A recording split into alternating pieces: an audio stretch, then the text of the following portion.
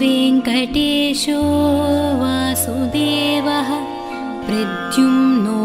अमितविक्रमः सङ्कर्षणो निरुद्धश्च शेषाद्रिपतिरेव च जनार्दनः पद्मनाभो वेङ्कटाचलवासनः सृष्टिकर्ता जगन्नाथो माधवो भक्तवत्सलः गोविन्दो गोपतिः कृष्णः केशवो गरुडध्वजः वराहो वामनश्चैव नारायणाधोक्षजः श्रीधरः पुण्डरीकाक्षः सर्वदेवस्तुतो हरिः श्रीनृसिंहो महासिंहः सूत्राकारः पुरातनः रमानाथो महीभर्ता भूधरः पुरुषोत्तमः चोळपुत्रप्रियः शान्तो ब्रह्मादीनां वरप्रदः श्रीनिधिः सर्वभूतानां भयत्कृद्भयनाशनः श्रीरामो रामभद्रश्च भवबन्धैकमोचकः भूतावासो गिरिवासः श्रीनिवासः श्रियः पतिः अच्युतानन्तगोविन्दो विष्णुर्वेङ्कटनायकः सर्वदेवैकशरणं सर्वदेवैकदैवतं समस्तदेवकवचं सर्वदेवशिखामणिः इतीदं कीर्तितं यस्य विष्णोरमिततेजसः त्रिकाले यः पठेन्नित्यं पापं तस्य न विद्यते राजद्वारे पठेद्घोरे सङ्ग्रामे रिपुसङ्कटे भूतसर्पपिशाचादिभयं नास्ति कदाचन अपुत्रो लभते पुत्रान् निर्धनो धनवान् भवेत् रोगार्तो मुच्यते रोगात् बद्धो मुच्येत बन्धनात् यद्यदिष्टतमं लोके तत्तत् प्राप्नोत्यसंशयः ऐश्वर्यं राजसम्मानं भुक्तिमुक्तिफलप्रदम् विष्णोर्लोकैकसोपानं सर्वदुःखैकनाशनं सर्वैश्वर्यप्रदं नॄणां सर्वमङ्गलकारकम् मायावि परमानन्दं त्यक्त्वा वैकुण्ठमुत्तमं स्वामि पुष्करिणीतीरे रमया सह मोदते कल्याणाद्भुतगात्राय कामितार्थप्रदायिने श्रीमद्वेङ्कटनाथाय श्रीनिवासाय मङ्गलम् इति श्रीब्रह्माण्डपुराणे ब्रह्मनारदसंवादे वेङ्कटगिरिमहात्म्ये श्रीवेङ्कटेश अष्टकं सम्पूर्णम्।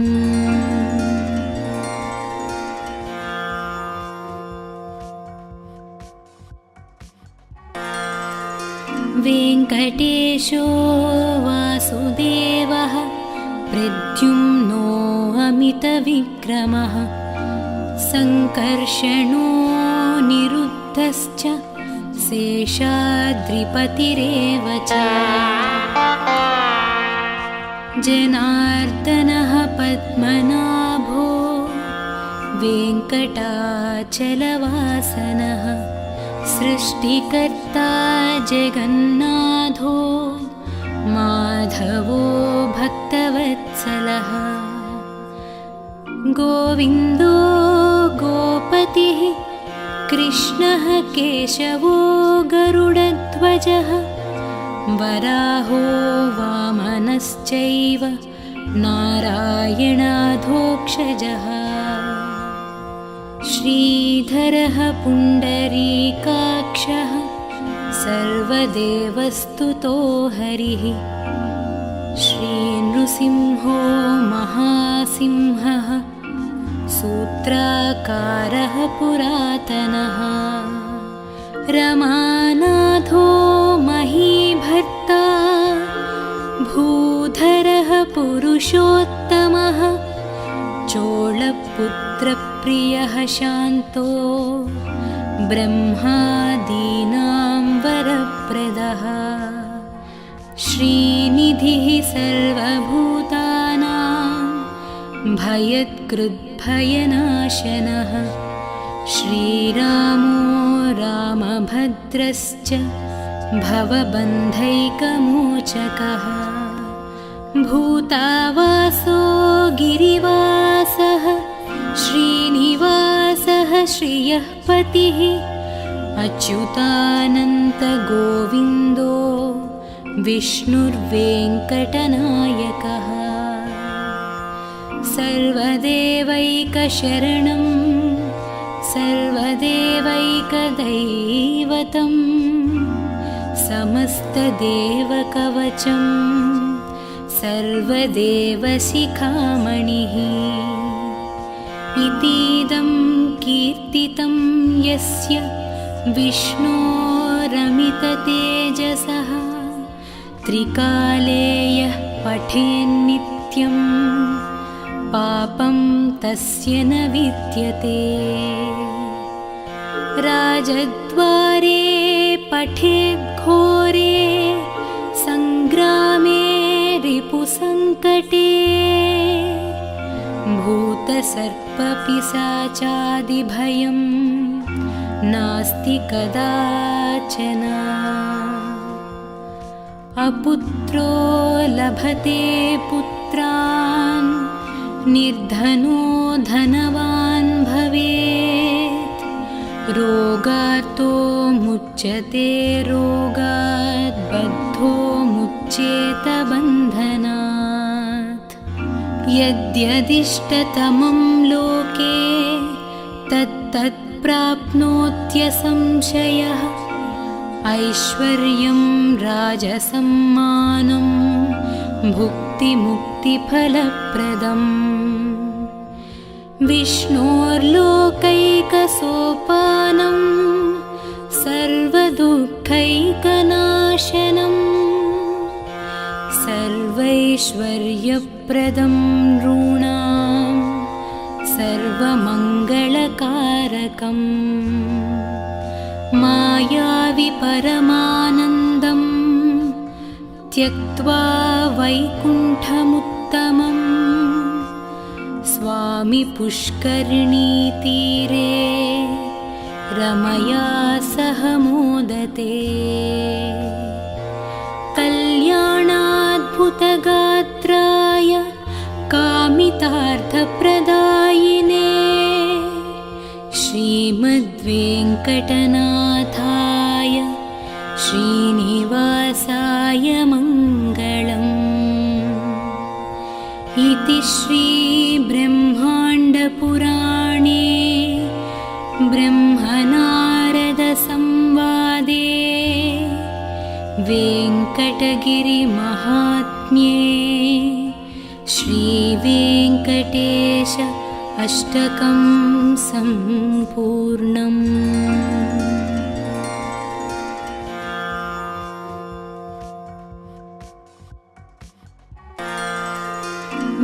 वेङ्कटेशो वासुदेवः प्रद्युम्नो अमितविक्रमः सङ्कर्षणो निरुद्धश्च शेषाद्रिपतिरेव च जनार्दनः पद्मनाभो वेङ्कटाचलवासनः सृष्टिकर्ता जगन्नाथो माधवो भक्तवत्सलः गोविन्दो गोपतिः कृष्णः केशवो गरुडध्वजः वराहो वामनश्चैव नारायणाधोक्षजः श्रीधरः पुण्डरीकाक्षः सर्वदेवस्तुतो हरिः श्रीनृसिंहो महासिंहः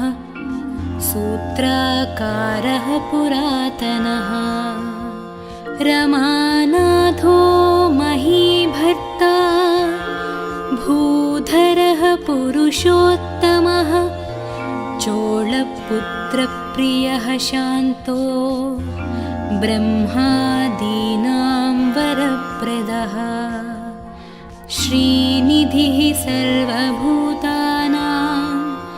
भयत्कृद्भयनाशनः श्रीरामो रामभद्रश्च भवबन्धैकमोचकः भूतावासो गिरिवासः श्रीनिवासः श्रियः पतिः अच्युतानन्तगोविन्दो विष्णुर्वेङ्कटनायकः सर्वदेवैकशरणं सर्वदेवैकदैवतं समस्तदेवकवचं सर्वदेवशिखामणिः इतीदं कीर्तितं यस्य विष्णोरमिततेजसः त्रिकाले यः पठेन्नित्यं पापं तस्य न विद्यते राजद्वारे पठेद्घोरे सङ्ग्रामे रिपुसङ्कटे भूतसर्पपिशाचादिभयं नास्ति कदाचन अपुत्रो लभते पुत्रान् निर्धनो धनवान् भवेत् रोगार्तो मुच्यते रोगात् बद्धो मुच्येत बन्धनात् यद्यदिष्टतमं लोके तत्तत् प्राप्नोत्यसंशयः ऐश्वर्यं राजसम्मानं भुक्तिमुक्तिफलप्रदम् विष्णोर्लोकैकसोपानं सर्वदुःखैकनाशनं सर्वैश्वर्यप्रदं नॄणां सर्वमङ्गलकारकम् मायावि परमानन्दं त्यक्त्वा वैकुण्ठमुत्तमं स्वामि पुष्करिणीतीरे रमया सह मोदते कल्याणाद्भुतगात्राय कामितार्थप्रदायिने श्रीमद्वेङ्कटनाथाय श्रीनिवासाय मङ्गलम् इति श्रीब्रह्माण्डपुराणे ब्रह्मनारदसंवादे वेङ्कटगिरिमहात्म्ये श्रीवेङ्कटेश अष्टकं सम्पूर्णम्।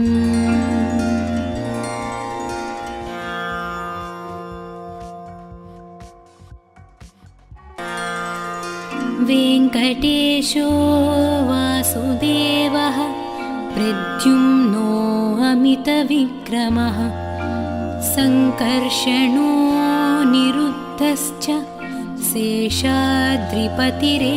च जनार्दनः पद्मनाभो वेङ्कटाचलवासनः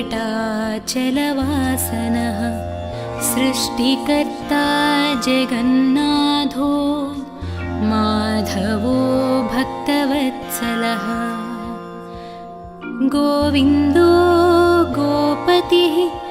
कृष्णः केशवो गरुडध्वजः वराहो वामनश्चैव नारायणाधोक्षजः श्रीधरः पुण्डरीकाक्षः सर्वदेवस्तुतो हरिः श्रीनृसिंहो महासिंहः सूत्राकारः पुरातनः रमानाथो महीभर्ता भूधरः पुरुषोत्तमः चोळपुत्रप्रियः शान्तो ब्रह्मादीनां वरप्रदः श्रीनिधिः सर्वभूतानां भयत्कृद्भयनाशनः श्रीरामो रामभद्रश्च भवबन्धैकमोचकः भूतावासो गिरिवासः श्रीनिवासः श्रियः पतिः अच्युतानन्तगोविन्दो विष्णुर्वेङ्कटनायकः सर्वदेवैकशरणं सर्वदेवैकदैवतं समस्तदेवकवचं सर्वदेवशिखामणिः इतीदं कीर्तितं यस्य विष्णोरमिततेजसः त्रिकाले यः पठेन्नित्यं पापं तस्य न विद्यते राजद्वारे पठेद्घोरे सङ्ग्रामे रिपुसङ्कटे भूतसर्पपिशाचादिभयं नास्ति कदाचन अपुत्रो लभते पुत्रान् निर्धनो धनवान् भवेत् रोगार्तो मुच्यते रोगात् बद्धो मुच्येत बन्धनात् यद्यदिष्टतमं लोके तत्तत् प्राप्नोत्यसंशयः ऐश्वर्यं राजसम्मानं भुक्तिमुक्तिफलप्रदम् विष्णोर्लोकैकसोपानं सर्वदुःखैकनाशनं सर्वैश्वर्यप्रदं नॄणां सर्वमङ्गलकारकम् मायावि परमानन्दं त्यक्त्वा वैकुण्ठमुत्तमम् स्वामि पुष्करिणीतीरे रमया सह मोदते कल्याणाद्भुतगात्राय कामितार्थप्रदायिने श्रीमद्वेङ्कटनाथाय श्रीनिवासाय मङ्गलम् इति श्रीब्रह्माण्डपुराणे ब्रह्मनारदसंवादे वेङ्कटगिरिमहात्म्ये श्रीवेङ्कटेश अष्टकं सम्पूर्णम्।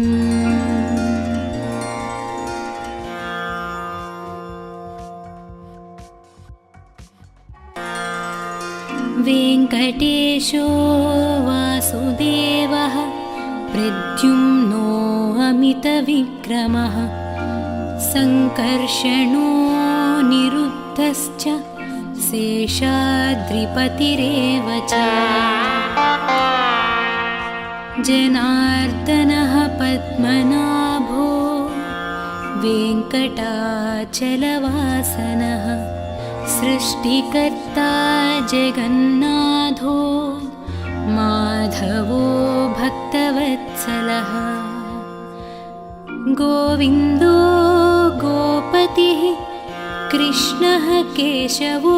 गरुडध्वजः वराहो वामनश्चैव नारायणाधोक्षजः श्रीधरः पुण्डरीकाक्षः सर्वदेवस्तुतो हरिः श्रीनृसिंहो महासिंहः सूत्राकारः पुरातनः रमानाथो महीभर्ता भूधरः पुरुषोत्तमः चोळपुत्रप्रियः शान्तो ब्रह्मादीनां वरप्रदः श्रीनिधिः सर्वभूतानां भयत्कृद्भयनाशनः श्रीरामो रामभद्रश्च भवबन्धैकमोचकः भूतावासो गिरिवासः श्रीनिवासः श्रियः पतिः अच्युतानन्तगोविन्दो विष्णुर्वेङ्कटनायकः सर्वदेवैकशरणं सर्वदेवैकदैवतं समस्तदेवकवचं सर्वदेवशिखामणिः इतीदं कीर्तितं यस्य विष्णोरमिततेजसः त्रिकाले यः पठेन्नित्यं पापं तस्य न विद्यते राजद्वारे पठेद्घोरे सङ्ग्रामे रिपुसङ्कटे भूतसर्पपिशाचादिभयं नास्ति कदाचन अपुत्रो लभते पुत्रान् निर्धनो धनवान् भवेत् रोगार्तो मुच्यते रोगात् बद्धो मुच्येत बन्धनात् यद्यदिष्टतमं लोके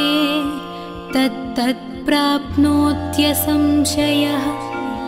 ऐश्वर्यं राजसम्मानं भुक्तिमुक्तिफलप्रदम् विष्णोर्लोकैकसोपानं सर्वदुःखैकनाशनं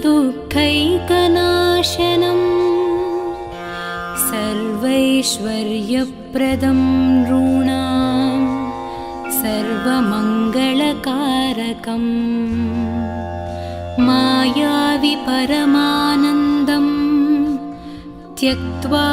वैकुण्ठमुत्तमं स्वामि पुष्करिणीतीरे रमया सह मोदते कल्याणाद्भुतगात्राय कामितार्थप्रदायिने श्रीमद्वेङ्कटनाथाय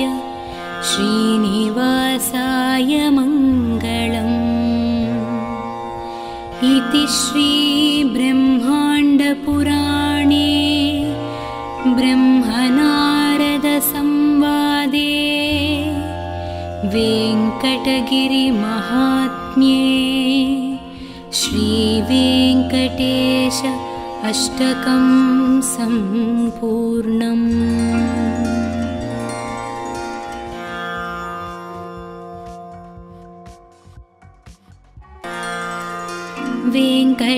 गिरीशो वासुदेवः प्रद्युम्नो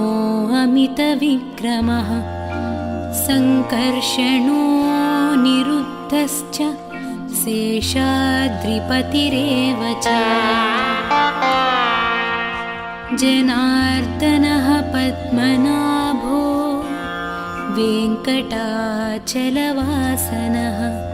सृष्टिकर्ता जगन्नाथो माधवो भक्तवत्सलः गोविन्दो गोपतिः कृष्णः केशवो गरुडध्वजः वराहो वामनश्चैव नारायणाधोक्षजः श्रीधरः पुण्डरीकाक्षः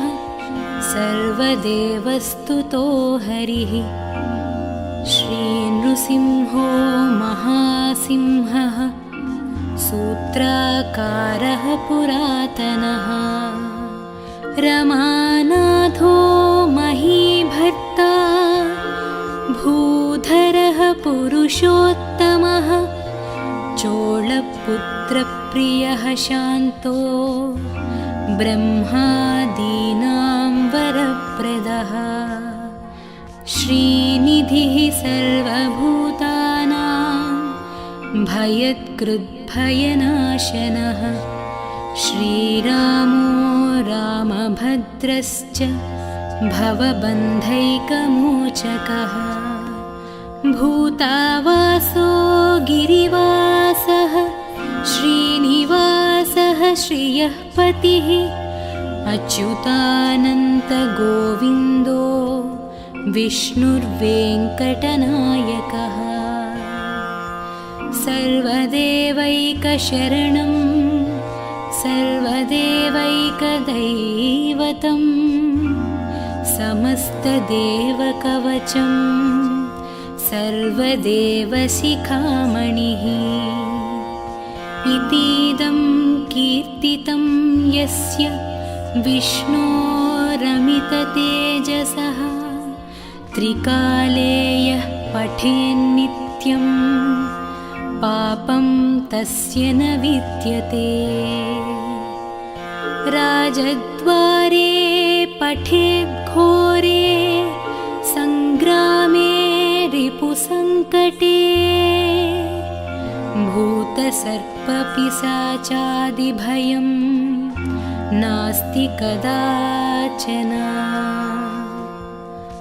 अपुत्रो लभते पुत्रान्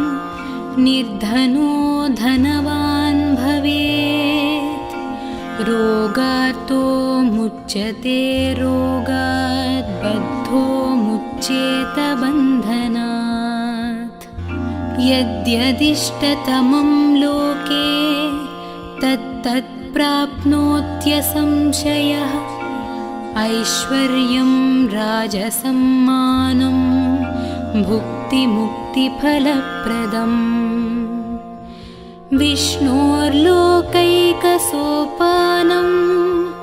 सर्वदुःखैकनाशनं सर्वैश्वर्यप्रदं नॄणां सर्वमङ्गलकारकम् मायावि परमानन्दं त्यक्त्वा वैकुण्ठमुत्तमम् स्वामि पुष्करिणीतीरे रमया सह मोदते कल्याणाद्भुतगात्राय कामितार्थप्रदायिने श्रीमद्वेङ्कटनाथाय श्रीनिवासाय मङ्गलम् इति श्रीब्रह्माण्डपुराणे ब्रह्मनारदसंवादे वेङ्कटगिरिमहात्म्ये श्रीवेङ्कटेश अष्टकं सम्पूर्णम्।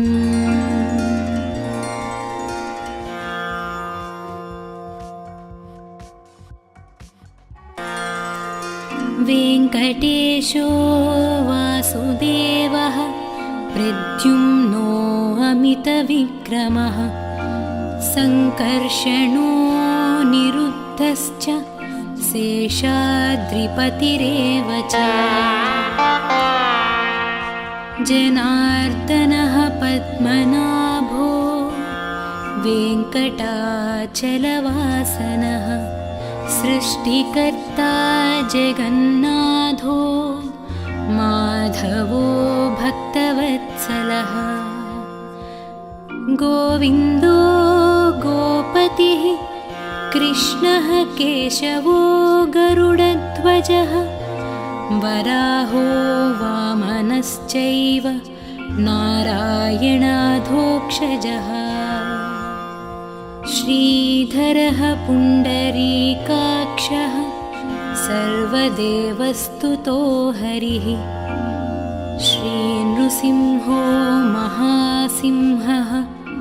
सूत्राकारः पुरातनः रमानाथो महीभर्ता भूधरः पुरुषोत्तमः चोळपुत्रप्रियः शान्तो ब्रह्मादीनां वरप्रदः श्रीनिधिः सर्वभूतानां भयत्कृद्भयनाशनः श्रीरामो रामभद्रश्च भवबन्धैकमोचकः भूतावासो गिरिवासः श्रीनिवासः श्रियः पतिः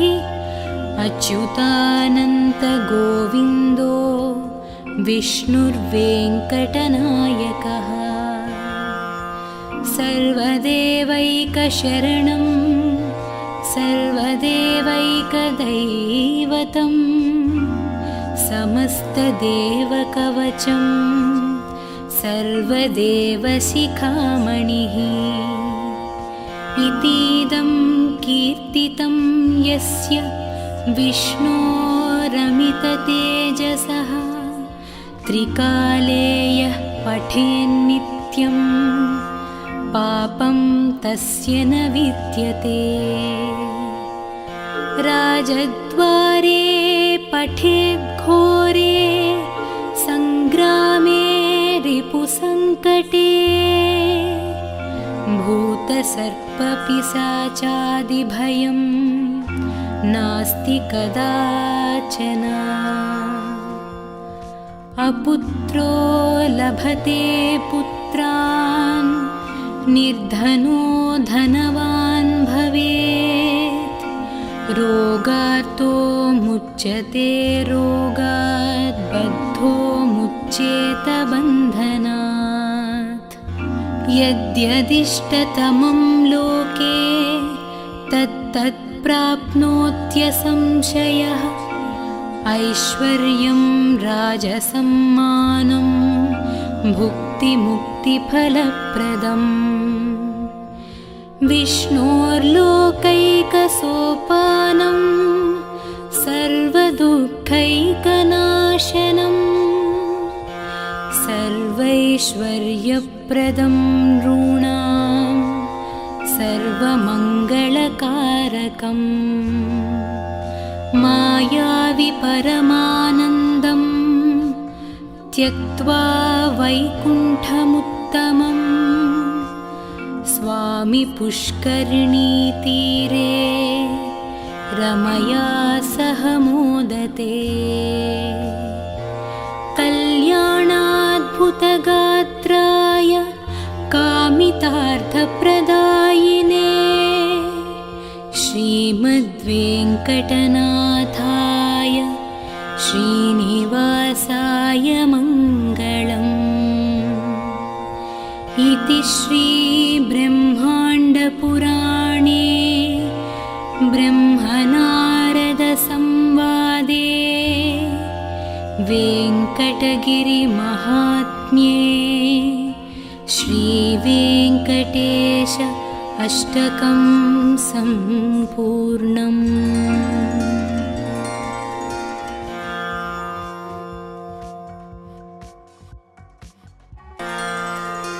वेङ्कटेशो वासुदेवः प्रद्युम्नो अमितविक्रमः सङ्कर्षणो निरुद्धश्च शेषाद्रिपतिरेव च जनार्दनः पद्मनाभो वेङ्कटाचलवासनः सृष्टिकर्ता जगन्नाथो माधवो भक्तवत्सलः गोविन्दो गोपतिः कृष्णः केशवो गरुडध्वजः वराहो वामनश्चैव नारायणाधोक्षजः श्रीधरः पुण्डरीकाक्षः सर्वदेवस्तुतो हरिः श्रीनृसिंहो महासिंहः सूत्राकारः पुरातनः रमानाथो महीभर्ता भूधरः पुरुषोत्तमः चोळपुत्रप्रियः शान्तो ब्रह्मादीनां वरप्रदः श्रीनिधिः सर्वभूतानां भयत्कृद्भयनाशनः श्रीरामो रामभद्रश्च भवबन्धैकमोचकः भूतावासो गिरिवासः श्रीनिवासः श्रियः पतिः अच्युतानन्तगोविन्दो विष्णुर्वेङ्कटनायकः सर्वदेवैकशरणं सर्वदेवैकदैवतं समस्तदेवकवचं सर्वदेवशिखामणिः इतीदं कीर्तितं यस्य विष्णोरमिततेजसः त्रिकाले यः पठेन्नित्यं पापं तस्य न विद्यते राजद्वारे पठेद्घोरे सङ्ग्रामे रिपुसङ्कटे भूतसर्पपिशाचादिभयं नास्ति कदाचन अपुत्रो लभते पुत्रान् निर्धनो धनवान् भवेत् रोगार्तो मुच्यते रोगात् बद्धो मुच्येत बन्धनात् यद्यदिष्टतमं लोके तत्तत् प्राप्नोत्यसंशयः ऐश्वर्यं राजसम्मानं भुक्तिमुक्तिफलप्रदम् विष्णोर्लोकैकसोपानं सर्वदुःखैकनाशनं सर्वैश्वर्यप्रदं नॄणां सर्वमङ्गलकारकम् मायावि परमानन्दं त्यक्त्वा वैकुण्ठमुत्तमं स्वामि पुष्करिणीतीरे रमया सह मोदते कल्याणाद्भुतगात्राय कामितार्थप्रदायिने श्रीमद्वेङ्कटनाथाय श्रीनिवासाय मङ्गलम् इति श्रीब्रह्माण्डपुराणे ब्रह्मनारदसंवादे वेङ्कटगिरिमहात्म्ये श्रीवेङ्कटेश अष्टकं सम्पूर्णम्।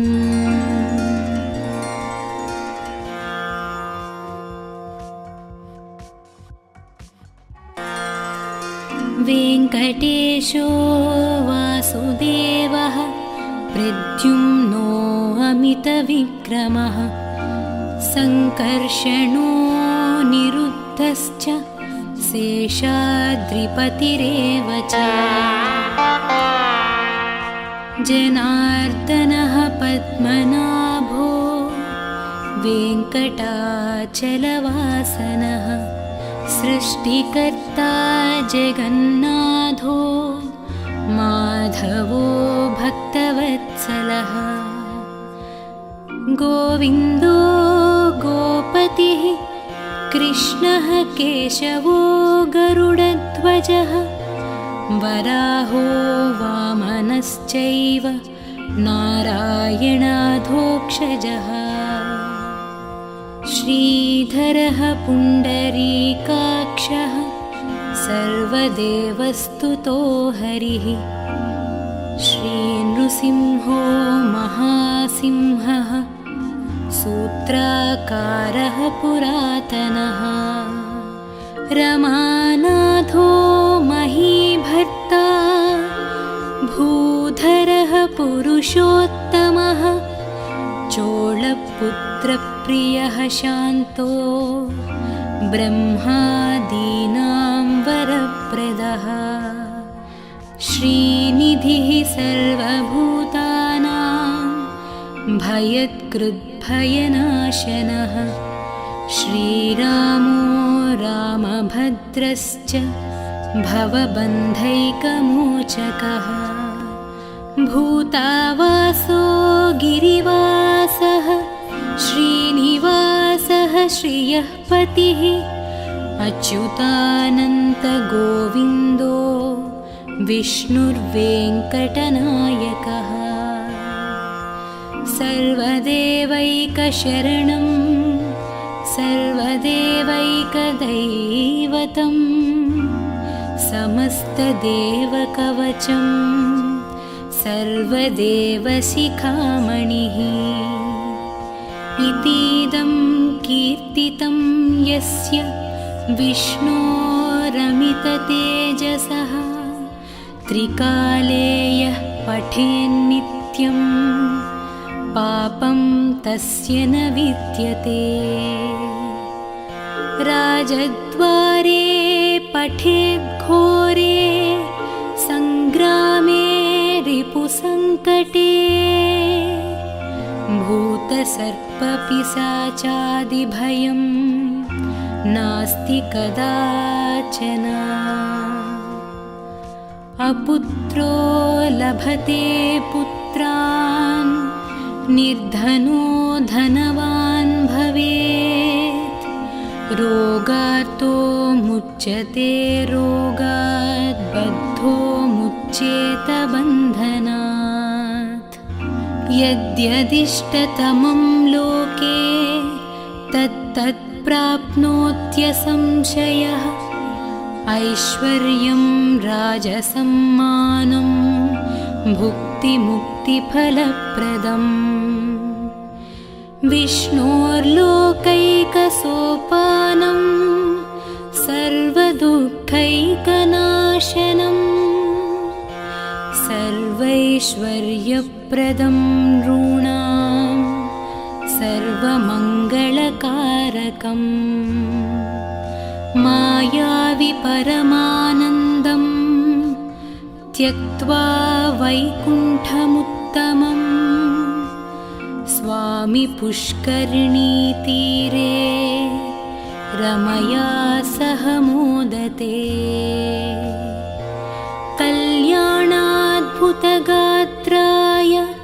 कामितार्थप्रदायिने श्रीमद्वेङ्कटनाथाय श्रीनिवासाय मङ्गलम् इति श्रीब्रह्माण्डपुराणे ब्रह्मनारदसंवादे वेङ्कटगिरिमहात्म्ये श्रीवेङ्कटेश अष्टकं सम्पूर्णम्।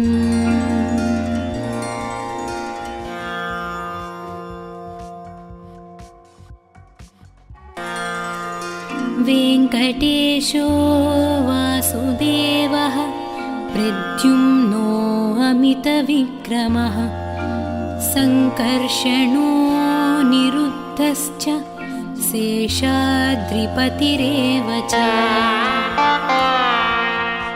जनार्दनः पद्मनाभो वेङ्कटाचलवासनः सृष्टिकर्ता जगन्नाथो माधवो भक्तवत्सलः गोविन्दो गोपतिः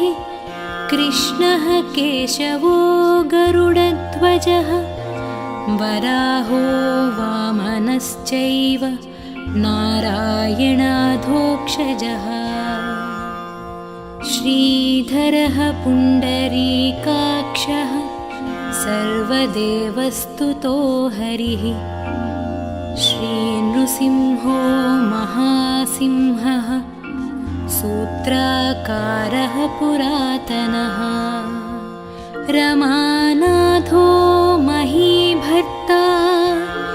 भूधरः पुरुषोत्तमः चोळपुत्रप्रियः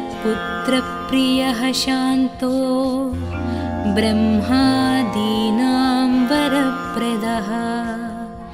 श्रीनिधिः सर्वभूतानां भयत्कृद्भयनाशनः श्रीरामो रामभद्रश्च भवबन्धैकमोचकः भूतावासो गिरिवासः श्रीनिवासः श्रियः पतिः अच्युतानन्तगोविन्दो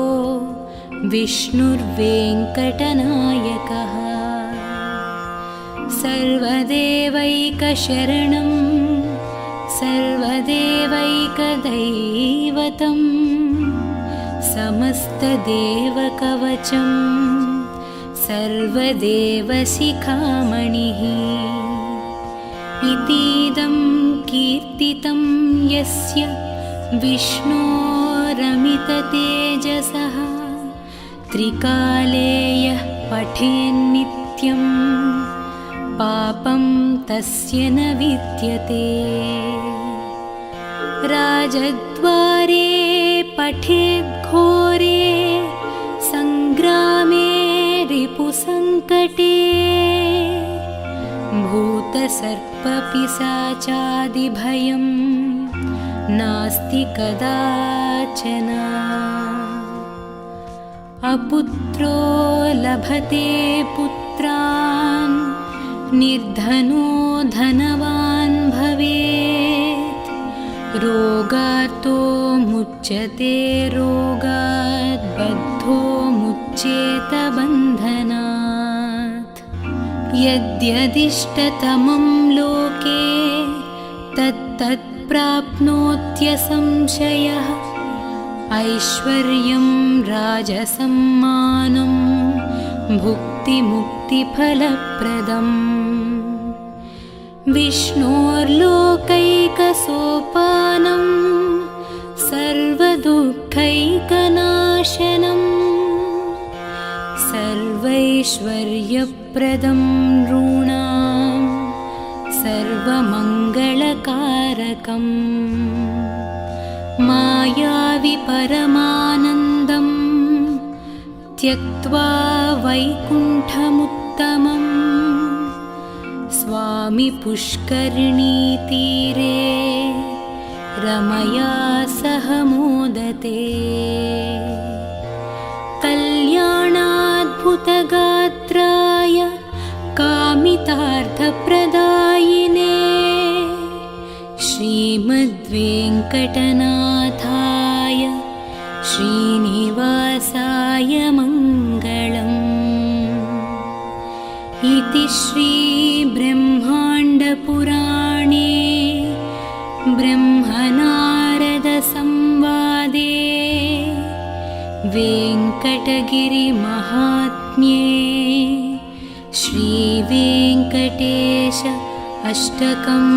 सम्पूर्णम्।